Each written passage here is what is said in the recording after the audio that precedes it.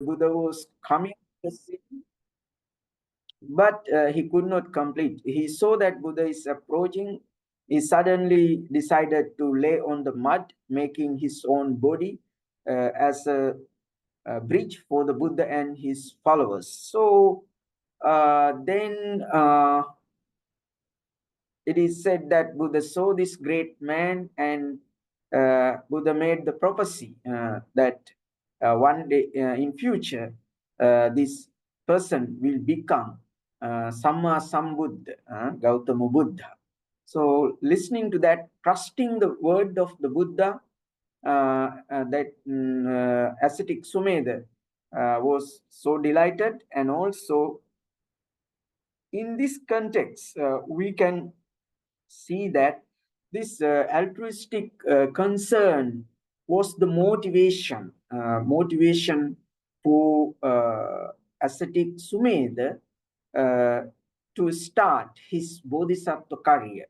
And he thinks that I am an energetic person. So if I alone get liberation, it is not good. So I must become a bodhisattva, or I must try to become Samma Sambuddha to help many people, as Dipankara Buddha is doing. So then he in this story, of course, these are maybe sometimes can consider only stories, but we know that in the stories there is some lesson and some saving truths, etc., and the concern of certain beings for other beings. We can learn from this kind of stories. So here we can see that in Theravada tradition, this that both the building of the Bodhisattva career, and also the doctrine of perfections, and both oriented at not only the person's or individual liberation, but for liberation for all, was pursued in this place here in this stage. And then he thinks, then he reflects, what should I do if I want to become a Samma Sambuddha? Then gradually he learns that there are 10 virtues which have to be practiced. Anyone who wants to become a Samma Sambuddha, or actually it was later expanded in the commentary literature. Not only the Samma Sambuddha, we know that there are 3 bodhis, 3 kind of enlightened persons: Samma Sambuddha, or fully enlightened Buddha, the Pacceka Buddha, or private Buddha, and the Arahant, the Sravakas. So all these people who are individuals working want to attain liberation. They have to fulfill these perfections.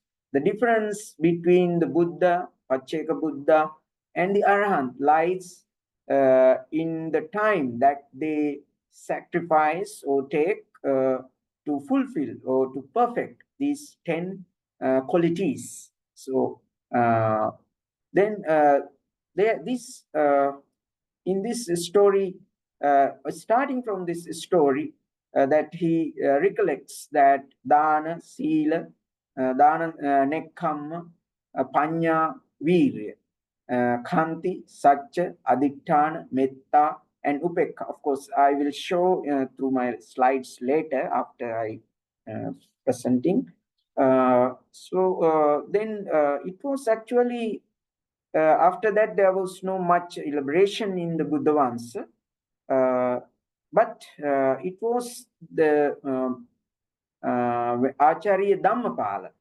Acharya Dhammapala composed the commentary to the Charyapitaka Atthakatha. Charyapitaka. I mentioned that 3 texts: Buddhavansa, Apadana, and Charyapitaka. So in the Charyapitaka, we can find how a great effort is made to develop kind of advanced altruism or with the doctrine of perfection. So the doctrine of perfection is while someone is learning to become a Buddha, also practice, and then these qualities manifest once someone attain enlightenment. So this doctrine became part and parcel of invincible element of the enlightened being in the Buddhist tradition. So he introduced new ideas. Actually, it is very interesting to see this development. I think perhaps still I have to think and I have to work on that. You might have heard Santideva, Santideva of the Mahayana Buddhist tradition.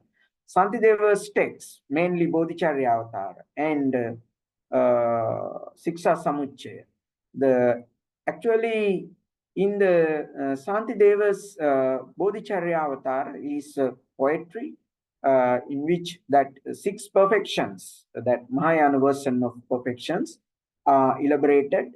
And within that, what he did, I think we can see in Chariyapitaka Attakatha. Of course, some other texts like Jataka Nidana and Buddhavansa Attakatha also have developed, but I have not much read them yet. But I'm familiar with this Chariyapitaka Attakatha. Dhammapala's theory of these perfections.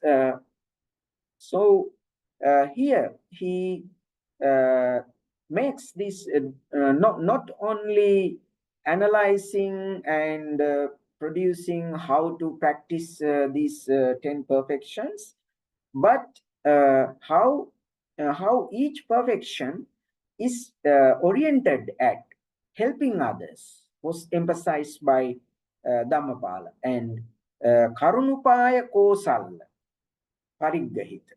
So why someone perfects perfections? Karuna and Upaya Kosalla. They are motivated by compassion and Upaya Kaushalya. Upaya Kausalya is translated into English as skillful in means. So skillfulness in means, but it is defined that actually that Upaya Kausalya Jnana, it is wisdom. Wisdom makes these perfections as perfections. That is the function of this wisdom in this context. But so the many interesting ideas within the analysis of perfections and development of the concept, this Dhammapala, Acharya Dhammapala produces. That is like one thing is that when we become Buddha, so we need others. Then how to look at others, how to see the people who are coming to us, maybe sometimes asking for help.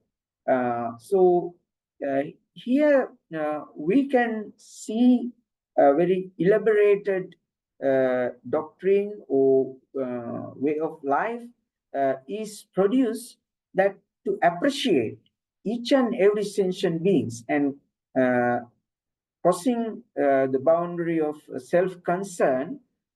This doctrine trains us to see all the human beings, or all the sentient, of course, Buddhism is not limited to human beings, but all the sentient beings as related to oneself, as related to myself, or as they are supportive for my achievement. So without others, I can't become. Samma Sambuddha. Without people, how can I practice generosity? So this kind of altruism was developed by this through the doctrine of 10 perfections. And we know that this was much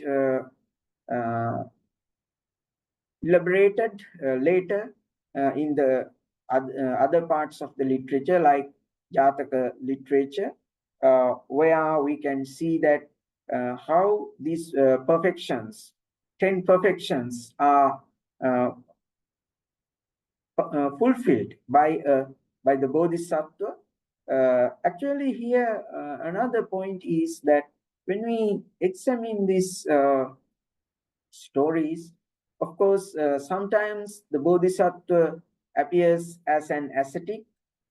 Sometimes he's not an ascetic, maybe a king or maybe counselor or minister, or maybe some animals, and maybe poor person or whatever. So it shows that these perfections are not only limited to monastic members, but it can be practiced by everyone.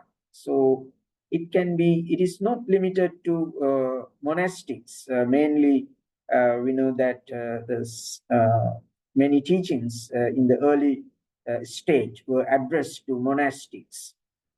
So even some conditions are there that the texts have emphasized in some cases, but when we examine these stories, these narratives, we can find that the doctrine of 10 perfections is not a kind of teaching confined to one group of people in the society, but anyone who is determined, of course, who is determined to become an enlightened person in the form whichever he or she is capable of practicing the 10 perfections.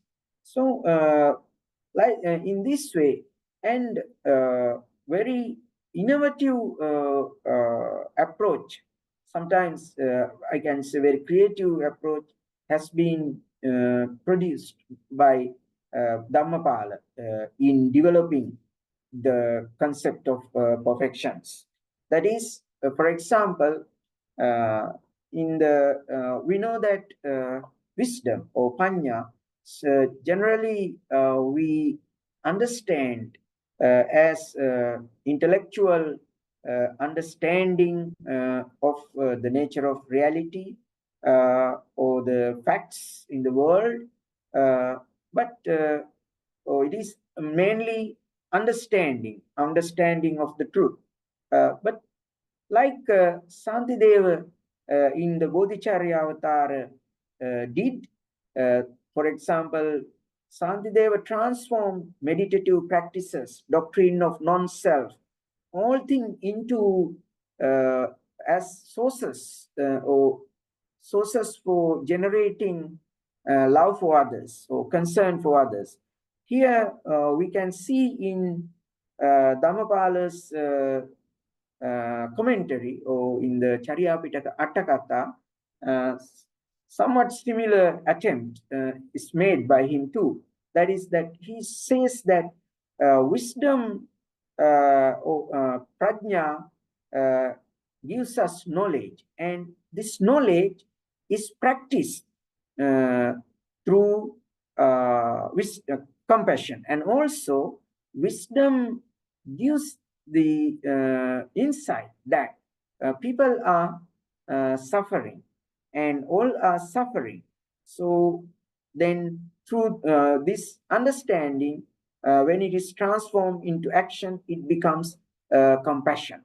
So very than the traditional or common understanding, we can see this Dhammapala's text is trying to make new interpretations and use the same material, but it provides some greater concern how to help others and how it is related to helping others. So all the perfections he develops and he connects to altruism. Maybe someone can question whether then if it is the only concern of the doctrine of perfection is to liberate others or concern for others, altruism. As Bhikkhu Bodhi points out, of course, it is not a deviation from the conservative or traditional emphasis on liberation. We know that early Buddhism emphasizes ajjeya kiccang atappa. We have to strive to end suffering today itself, to strive for that. And liberation is our main goal. But as Bhikkhu Bodhi says, this and points out that within the when this doctrine is formulated, tanha, mana, ditti, etc., have to be removed so that we can fulfill the 10 perfections. And through the practice, the tanha or tanha and avijja, we can see that are removed from the person through a gradual practice. So if we look at what are the implications for today's ethics or moral philosophy, actually, if we look at some society, especially Western society, that we can see, I think some are maybe familiar with Western philosophy. They like Immanuel Kant or maybe utilitarian ethics.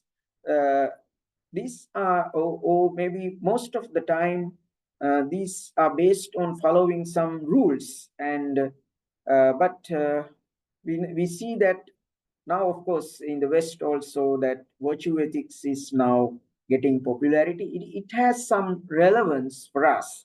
That is that if we want to become good persons, it is not just bringing a rule in the moment of crisis, but it doesn't happen in one day to follow the rules. So if we want to become virtuous persons or the bodhisattvas or the morally advanced people, it it takes time. And through the I think perhaps this how to say this the way that the doctrine of perfections has been formulated, so that this is also a long-term effort. Sara Sankhya Kalpalaksha, that I don't know how to say in English. So many aeons have been spent by the Samma Sambuddha or Gautama Buddha to perfect these 10 qualities. So then once after the perfection, then person becomes invulnerable to any moral fallacy. So it is, of course, in our daily life, we can, through perpetual practice, constant practice only, sometimes we can respond to some issues, moral dilemmas, etc. So this is now, I think we can see this is also a very contributory. We can contribute to the world, or because we know that any advanced society or any human society is not devoid of concern for morality. The ways that each society have developed their moral codes or philosophies are different, but we can see that in a global effort, now all are in an exchange. So this doctrine developed by the Buddhist tradition, the doctrine of perfections, can contribute to how to habituate these practices. It is not the Buddha does not arise in a moment. We think, perhaps we may think that, okay, Buddha means that a moment of the attaining enlightenment. But we know that when we examine the doctrine of perfections, that it has taken a lot of time, lot of sacrifices, lot of efforts. So it is a gradual progress. So I think it is suitable for ordinary persons to advance from ordinary level to the like bodhisattvas, to the level of the bodhisattvas. The bodhisattvas are, we know that we can learn how they practiced in the Vyagri Jataka, but Vyagri Jataka does not come in the Pali text. It is in the Jataka Mala, I think, the Sanskrit Buddhist text. The first story is that, but this story is known to us and common in the Buddhist world. That is the Buddha was there. Okay, I think he was an ascetic at that time. Then once in the forest, he saw tigress just had given birth to its cubs, and she was so hungry that she was ready to eat her own cubs. The bodhisattva thinks that if she eats her own cubs, it is bad for her. It can make her suffer in coming life. So I can't allow it to happen. I want to, because my effort is to become a Samma Sambuddha and perfecting the dana and these virtues. So this is the moment to sacrifice my life. Sacrifice my life for one day attaining the Samma Sambuddha. And then it is said that the Bodhisattva jumps from the rock, maybe, to the feet of that tigress, and tigress eats the Bodhisattva's body, which was maybe, he was maybe perhaps dead. So we can see that the moral agents who are ready to sacrifice unimaginable things for the well-being of others, and also to get their ultimate goal of fulfilled. But we know that that goal itself is altruism, or love for others. Why? Because becoming Samma Sambuddha means not just for his own benefit, but it is also for the well-being of others, to save the many, save majority.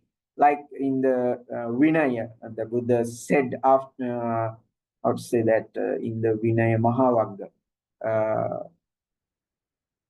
to the 60 enlightened disciples, first group of enlightened followers of the Buddha, that work for others, work for the majority, happiness for the God and human beings. So this, through this, if we connect this, how this altruism emerged, then the doctrine of perfections shows us how to develop this character in us. A person who is ready to sacrifice or to contribute to the well-being of the others, well-being of all the sentient beings.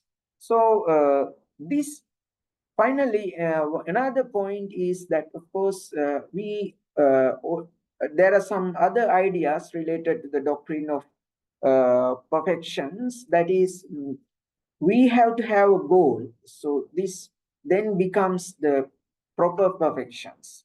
maybe everybody has the virtues, but it is like maybe if you want to become proper persons or properly practice the perfections, then we should connect it with our liberational goal. So that is we call goal directed. Of course, Buddhism is goal directed ethical philosophy and religion or life of way, that is liberation. But here liberation is not only for oneself, but it is for all.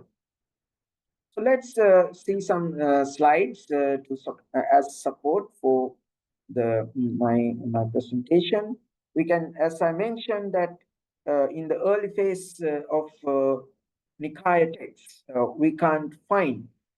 We can see that the Arya Arthangika Magga is the standard ethical path. But with the development of Buddhist tradition, the masters came up with new interpretations and developing new teachings to with the Buddhist tradition. For example, actually the Bodhisattva, the concept of Bodhisattva occurs in the four major Nikayas, Diga, Majjhima, Sanyutta, and Anguttara, but it does not mean that a bodhisattva who was practicing for long aeons to become the Samma Sambuddha, but from the Siddhartha prince leaving his home life and until the day he became Samma Sambuddha, this 6 years period is only considered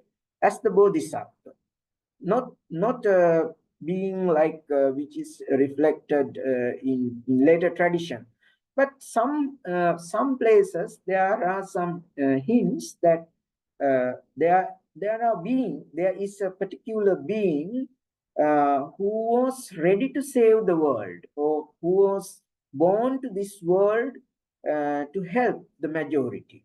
This idea, but it does not mention that is the bodhisattva.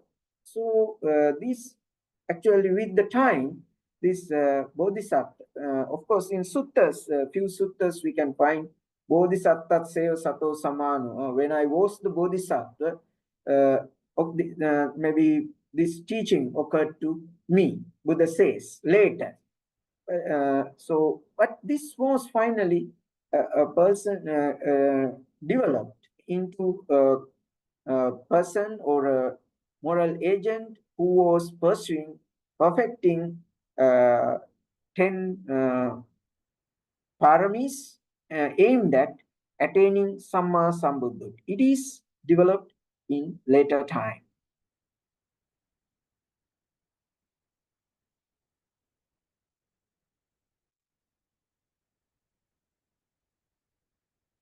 And also this, someone may think that, what about then if we attach the concern for others as highly emphasized in later stage or in the doctrine of perfections, then what about the early Buddhism? But of course, in early Buddhism is the stage of seed, or it is the initiation. We, as I mentioned at the beginning, that Buddha and his disciples were tirelessly working for to propagate the teachings of the Buddha so that people would benefit.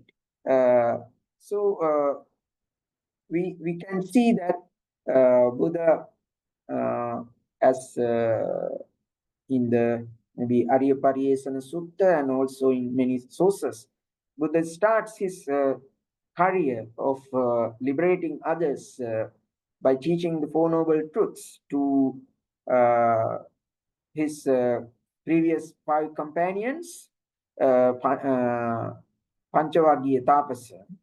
And then we can see that another 54 persons joined him. Yasa, his 4 friends, and friends. So they made the first 60 disciples, enlightened disciples like the Buddha. And then we can see that this altruistic concern is expressed clearly in Buddha's address to these enlightened 60 monks. Monks move around everywhere for the well-being of majority, for the happiness of majority, showering compassion on the entire world, for the good, for the welfare, for the happiness of divine and human. So this remarks that early Buddhist altruism, but as I mentioned earlier, in a certain stage, this working for others might be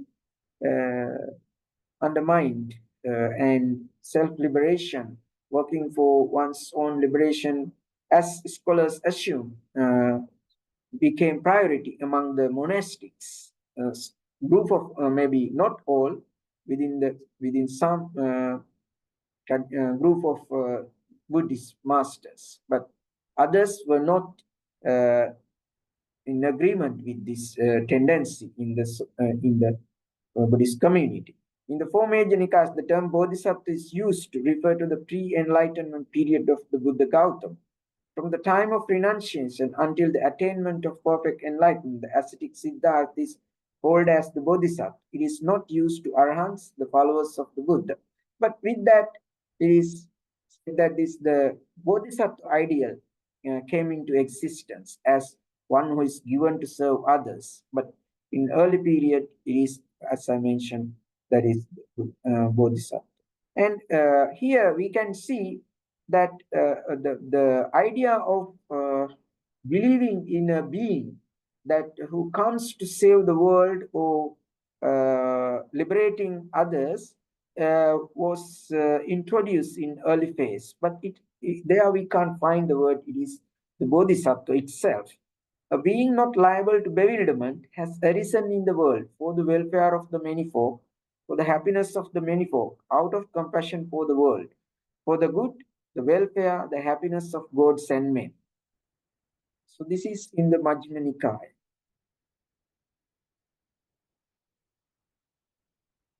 So in the Kuddaka Nikaya, the fifth collection of the Sutta Pitaka, the concept of Bodhisattva appears in detail for the first time. The texts like Buddhavansa, Charya Pitaka, and Apadana Pali, they elaborate the concept. Especially the Buddhavansa presents the story of an ascetic named Sumedha as aspiring for the Samma Sambuddhahood. Samma Sambuddha is placed in the highest level among the three types of enlightened beings. And this, I told this story that Sumedha, how he started his career, and it is very important in Pali tradition that the Gautama Buddha initiates his Bodhisattva career in front of Dipankara Buddha, and he gives up the chance of attaining arahanthood for the compassion, due to the compassion he had for other beings. So here, then it is how to produce this compassionate being is explained that the way is practicing the 10 perfections. That idea occurs in the Buddhavansa for the first time. So then there are also the 10 are mentioned. And as I mentioned, it was the Acharya Dhammapala. So what are the perfections? The word parami, and of course we will go into detail a little later, that in defining the word parami, the virtue that are perfected by the highest beings, bodhisattva is called parami. So then the paramis are practiced by, here it means, it says that bodhisattvas, so highest beings, the bodhisattva is considered as the highest. Is the sound all right to the others? I can't hear Bhante. But I have not made any change to We can hear. settings. We can hear, Doctor. It's going smoothly. The sound is excellent. Okay. Yes, thank you. sound. So this this is, even though it is connected to the Bodhisattva, but we can see, as Bhikkhu Bodhi points out, the doctrine of perfections has not deviated from early Buddhist soteriological emphases. So it has been developed as a path for liberation too. So this is the view that Bhikkhu Bodhi holds about how this idea of perfections came into Theravada tradition. But as I mentioned, that A.L. Basham thinks that it is not came from outside to the Theravada tradition, but it was within the Theravada tradition itself. This doctrine was developed and produced, originated, and maybe Mahayana tradition got it from Theravada tradition. Of course, there are many scholars who thinks in this line. So if we turn to Dhammapala, how he defines the perfections, the paramis are the noble qualities such as giving, accompanied by compassion and skillful means, and untainted by craving, conceit, and views. So here I think this supports that the Bhikkhu Bodhi's view that this part, this even though it highlights social concern, but it is not how to say that it is not, it has not missed any concern for liberation too. However, one may observe that the doctrine of perfection has been developed to give an emphasis on social concern. The major thing, as I also think, that social concern is very important in this doctrine. While it keeps the established path, gives a considerable consideration for the latter objective. In the section of the miscellaneous discussion, Pakinnaka Katha, in the Charyapitaka Atthakatha, the following explanation is produced by Dhammapala. So here Dhammapala, Acharya Dhammapala produces some characterizations of the doctrine of perfections. Firstly, all the paramis, without exception, have as their characteristic the benefiting of others. So then we can see that how he starts. As their function, the rendering of help to others, or not vacillating. As their manifestation, the wish for welfare of others, or Buddhahood. And as their approximate cause, great compassion, or compassion and skillful means. So here we can see this social concern is emphasized by Dhammapala, Acharya Dhammapala. From this fourfold treatment of the concept, it appears that the teaching is embedded with the strong stress on altruism. Further, in the next passage in the text, the author explains that each of the perfections is perfected, is being motivated by compassion and skillful means. So then, how all these perfections are motivated, or to practice them, that is compassion and skillful in means. Taken separately, the perfection of giving is the volition of relinquishing oneself and one's belongings, accompanied by compassion and skillful means. So then we practice dana here, as it mentions that compassion and skillful means. It means skillful means turns in every perfections into their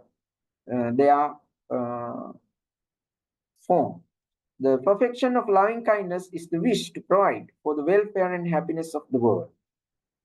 So each perfection, accompanied by compassion and skillful means, in denotation, it is benevolence. The perfection of equanimity, upekha, is the attitude of impartiality towards desirable and undesirable beings and formations, dispelling attraction and repulsion, accompanied by wisdom and skillful means. The explanation carries the emphasis on compassion. Here with compassion, skillful means is added. The concept skillful means is intense here, wisdom that was reason for dana parami. So Dhammapala's further treatment on the 10 perfections. According to Dhammapala, perfections are virtues such as generosity, which are not destroyed by craving, conceit, and wrong views, and are possessed of compassion and skillful means. Among the sentient beings, bodhisattvas hold the highest position, and they are great in terms of virtues such as generosity and morality. Perfection is their state condition of action, like the act of giving. So then their state, bhava, or their karma of the bodhisattvas is these perfections. Perfections can remove greed and defilements. The enemy of perfections are all the defilements and unwholesome practices. I think this kind of statements made by Dhammapala show that the adherence to early Buddhist emphasis on liberation or removing the defilements. So list of perfections, of course, you know, but let's have a look at dana, generosity. So thought of holding on to things given as gifts, seal, morality, nekkhamma, renunciation, thought of delight and non-delight in that appeasement of sensual pleasures, and panya, wisdom, thought of I and mine, uh, virya, energy, khanti is patience, forgiveness, and satya is truthfulness, adhitthana, determination, and metta, loving kindness, upekha, equanimity. So perfection of generosity, the perfection of generosity means practicing giving, giving to the needy. Further, actually giving to the needy, that this is the word that is used by uh, Dhammapala, Acharya Dhammapala himself. There are some ideas that in Buddhist tradition normally we emphasize the giving to the monastics or Buddhist, but here it is not. Uh, uh, how to say, demarcation is not made here, and here it is the emphasis at the beginning itself. It is anyone who needs, or the needy, or the poor. Further, it is practiced in 3 levels. So then, actually, that the concept of samatin satparami also developed in Pali tradition. Means every perfection is practiced or perfected in 3 levels. That is the ordinary level, the or medium level, or the highest level. So that ordinary level is that giving up or uh, giving in charity these material things. So let's see at the ordinary level, material things are given away, including food, money, even the children and wife. So I think in the Vesantra Jataka, we can see that. But it is also ordinary level. At the higher level, that is called Upaparami, bodily parts are donated. And at the ultimate level, Paramatta Parami, the life is sacrificed. So one thing we can see is that uh, this practice, even life, is sacrificed to perfect one's qualities, virtues. So I don't know whether there are such kind of theories in other traditions, but this self-sacrifice for perfecting qualities, moral qualities. Even he's ready to sacrifice life, but not to break the quality or the virtue that he or she is practicing. Uh, so it is kind of, as I understand, uh, unique feature in Buddhist theory of ethics. Then the donation of bodily parts, we know that in many Jataka stories, like Nimi Jataka, etc., we can find donating the eyes and bodily parts, especially that in the Sasa Jataka, that how to say, the rabbit jumps into fire. But that was much elaborated in the story that I mentioned in the Vyagri Jataka as a human being. The ascetic Sumedha who initiated his career of Bodhisattva reflects the virtues that would lead someone to Buddhahood. Then he sees the perfection of giving, how it should be practiced as explained as follows. So then here how to practice the dana or dana perfection is explained here. If a pot filled with water is overturned, water flows out incessantly. Similarly, when you meet the needy, low, medium, or higher, offer them without keeping anything, just like a pot overturned. The Jataka literature supports various stories showing how the Bodhisattva fulfilled giving in the 3 degrees. Here it is in the Buddha ones actually that this idea is emphasized like water pot overturned. Nothing is left. Everything is given away. So morality is restraining from immoral actions. It is considered as the foundation for further development of spiritual career. We know that in the Visuddhimagga, Buddha goes starts with the verse that Sile Patittaya Narosapanya. Sila becomes the foundation for whole spiritual career. Here that Sila in the under the context of perfections, that Sila is recognized as these fourfold Sila. That is the following rules in the monastic disciplinary code: control over the 6 senses, complete purity of livelihood, morality in relation to life necessities like cloth, food, dwelling, and medicine, pache sannisita sila. And every perfection is perfected in these 3 levels, that is, that ordinary level, medium, and highest. Renunciation.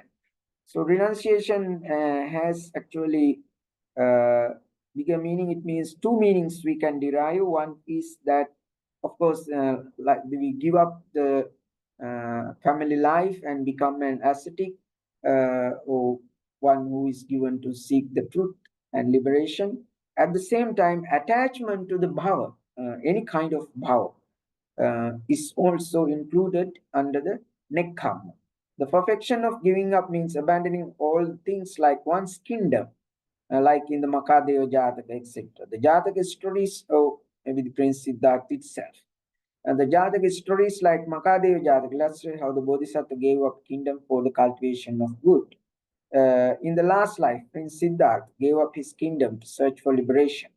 Moreover, the Buddha once states that renouncing all the 3 existential realms, the realm of sensual desire, realm of materiality, and realm of immateriality, falls under perfection of giving up or nekkhamma. And we can see that nekkhamma sankappa under the Ariyatthana. Wisdom, panya. Wisdom means knowing what is good and bad. It is mentioned in the Buddha once, the Bodhisattva must approach all the wise people as if a mendicant goes for alms, all the houses, without discriminating whether they are low, middle, or high. Having approached, he should inquire what is kusala and what is akusala. So this is the emphasis to learn from others we can see here.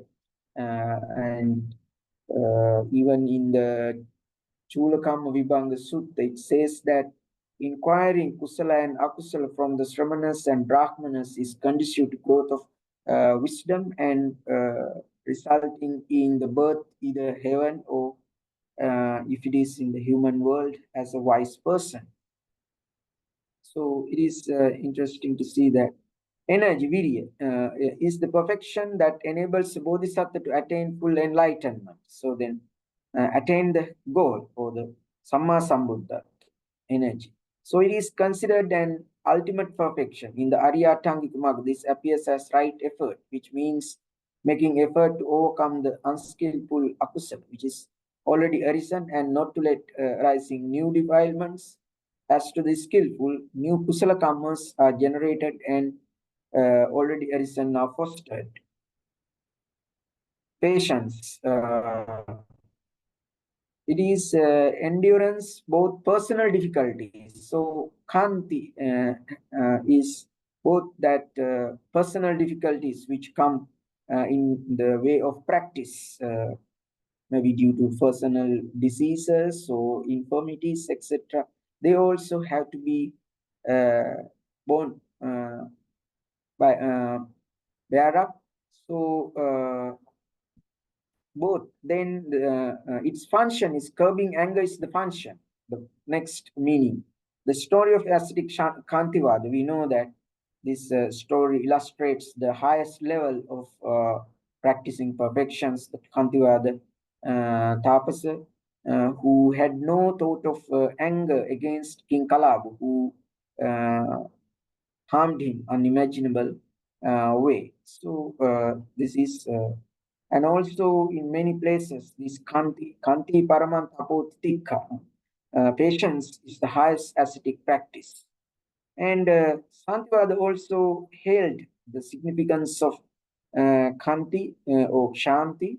And Santideva said that the merits that we have accrued for aeons can be destroyed by generating one angry thought. So Kanti is to be practiced always. So Kanti is highly emphasized. We can see in Buddhist tradition. Satya. The value of telling truth is highly emphasized in Pali Suttas. The truth should be protected, and harmful speech to life has to be shunned. Determination. The perfection of determination means the firm this decision to seek the knowledge of enlightenment. So determination is that finding the knowledge of enlightenment. That is the correct adhitthana. Loving kindness, metta. Altruistic concern for all the sentient beings is called perfection of loving kindness. Sabba sattesu anodiso. Hitapasu. Hitupasanghara lakkhanaya metta. The Ekaraja Jataka is given as an example for cultivating loving kindness. In the Visuddhimagga, there is a detailed discussion how to cultivate loving kindness. Of course, all this information are valid in elaborating the concept. The capacity to remain indifferent, praises and blames coming from the world is recognized as upekha. So here I have finally added some quotations from his commentary to the text. That is here that how this liberation and altruism are emphasized is shown here. Like the aspiration, great compassion and skillful means are also conditions for the paramis. Therein, skillful means is the wisdom which transforms giving and the other 9 virtues into requisites of enlightenment. Through their great compassion and skillful means, the great men devote themselves to working uninterruptedly for the welfare of others, without any concern for their own happiness, and without any fear of extremely difficult course of conduct that great bodhisattvas must follow.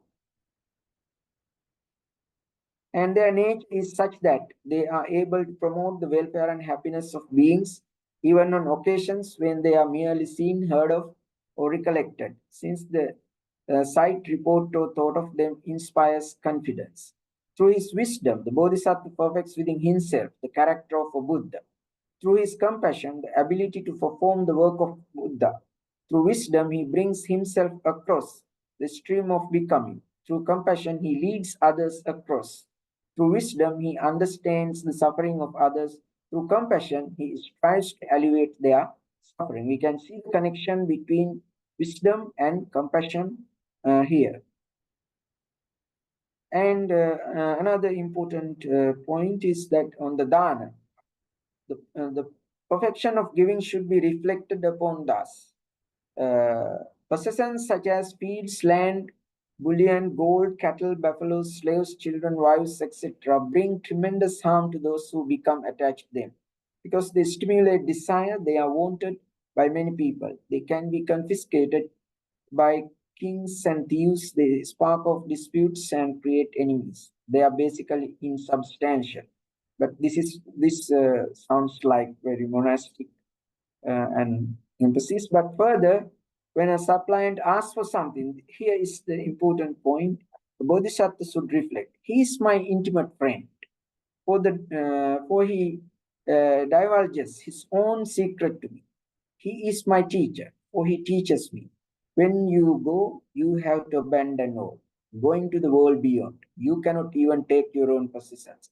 He is a companion, helping me to remove my belongings from this world, which, like a blazing house, is blazing with the fire of death.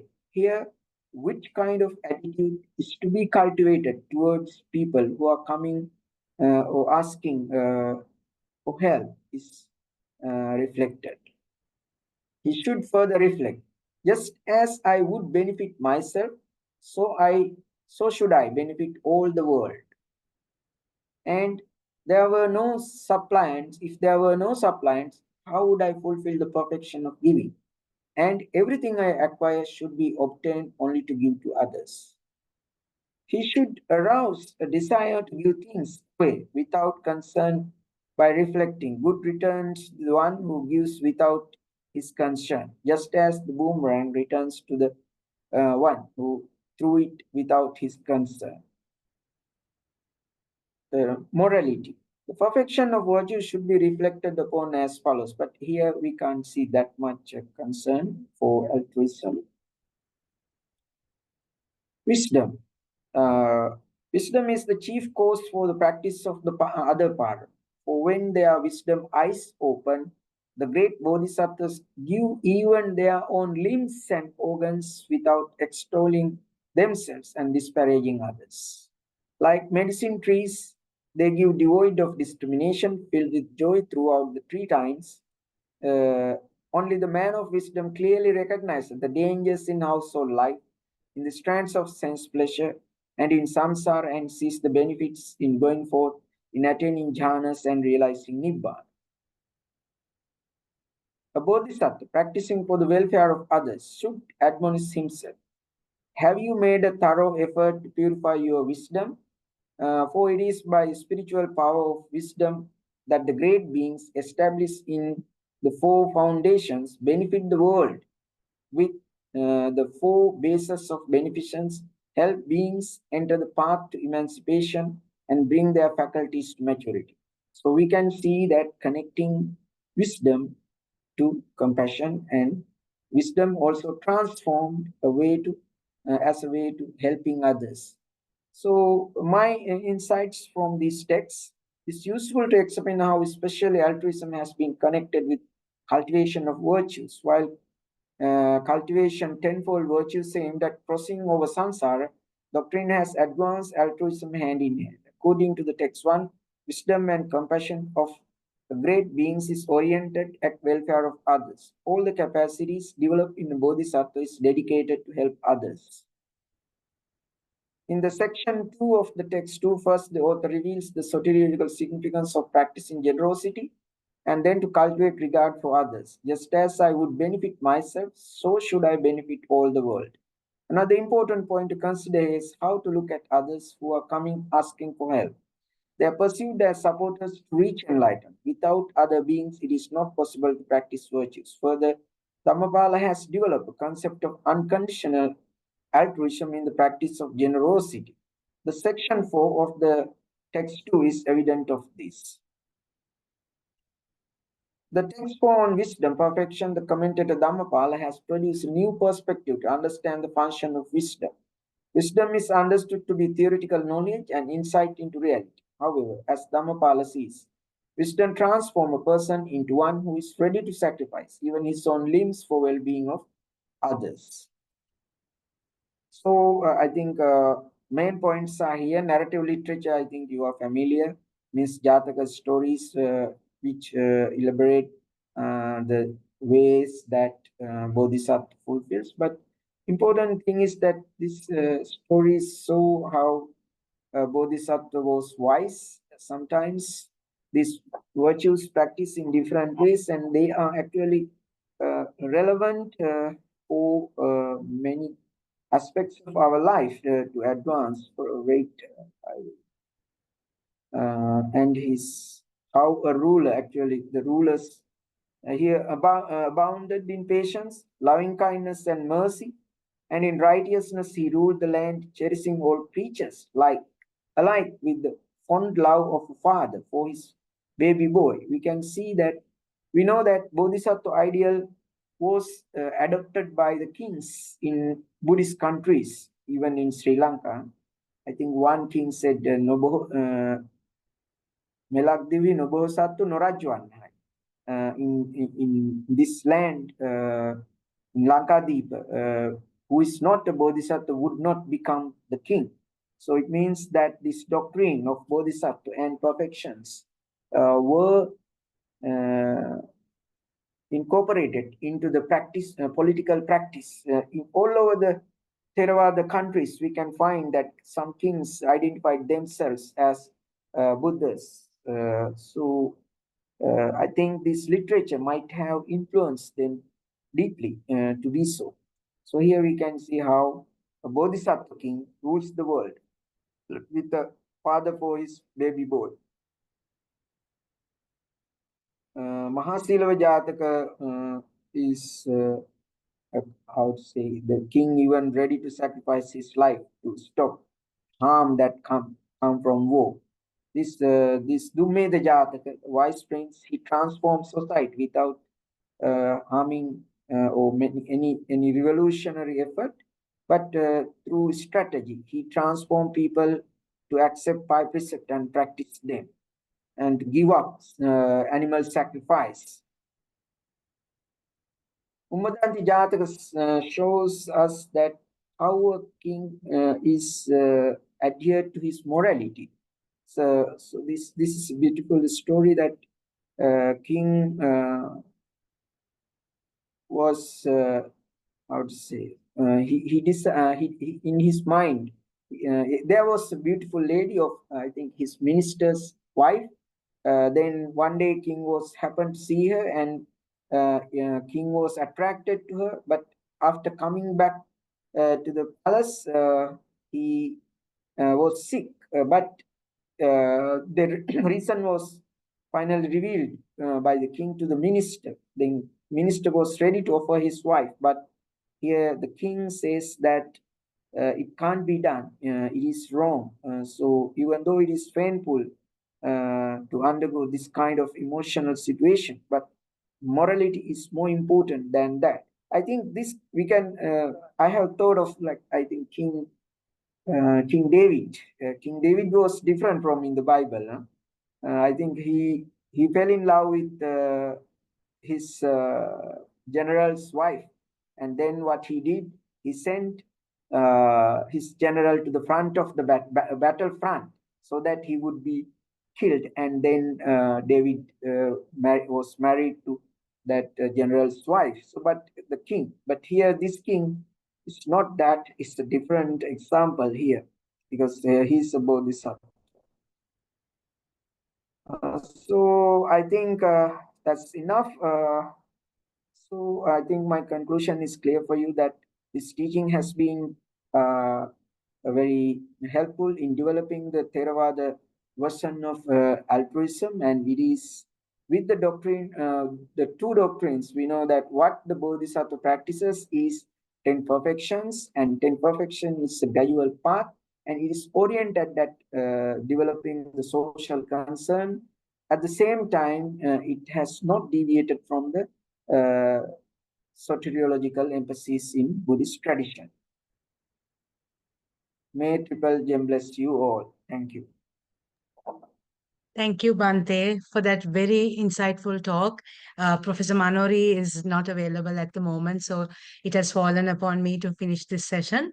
I really enjoyed your talk today, and I also believe, a life of service is of the highest and the best kind. So you took up examples from Santideva. In fact, when I Googled and checked, the poem that you mentioned was really beautiful. I'll just read because the time is running. I'll just read one line or two lines. This is what Santideva has written in his poem about how he wants to be of service. May any spiritual energy, by my devotion to the enlightened ones, be dedicated to dispelling the misery of all living beings without exception. As long as diseases afflict living beings, may I be the doctor, the medicine, and also the nurse who restores them to health. Isn't that very beautiful? So, I mean, we have come across so many beings throughout the centuries and the eons who have sacrificed themselves for people. And even now in this society, there are a handful of people I know who really sacrifice themselves. So that was a beautiful thing about altruism and the 10 perfections. I think if we all perfect all of these things, then there's nothing. I mean, we have to at least try in this very life to develop to a certain extent.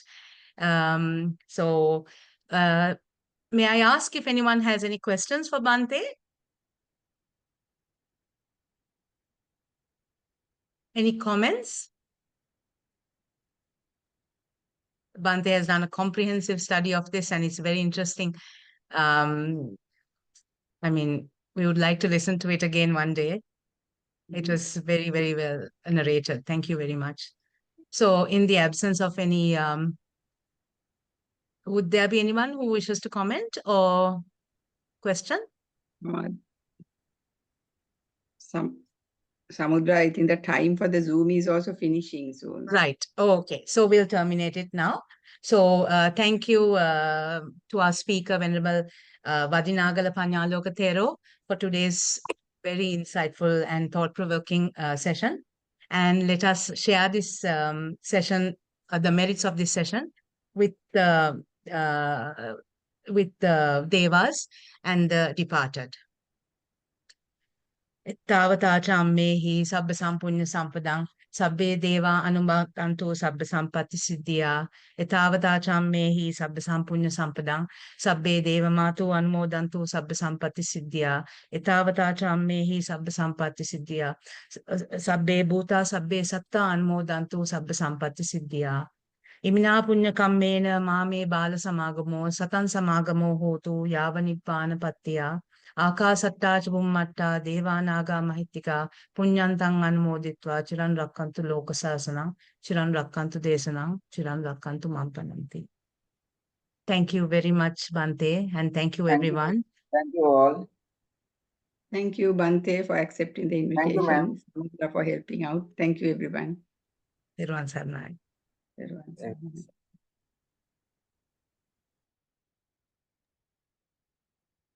I'll end the meeting then.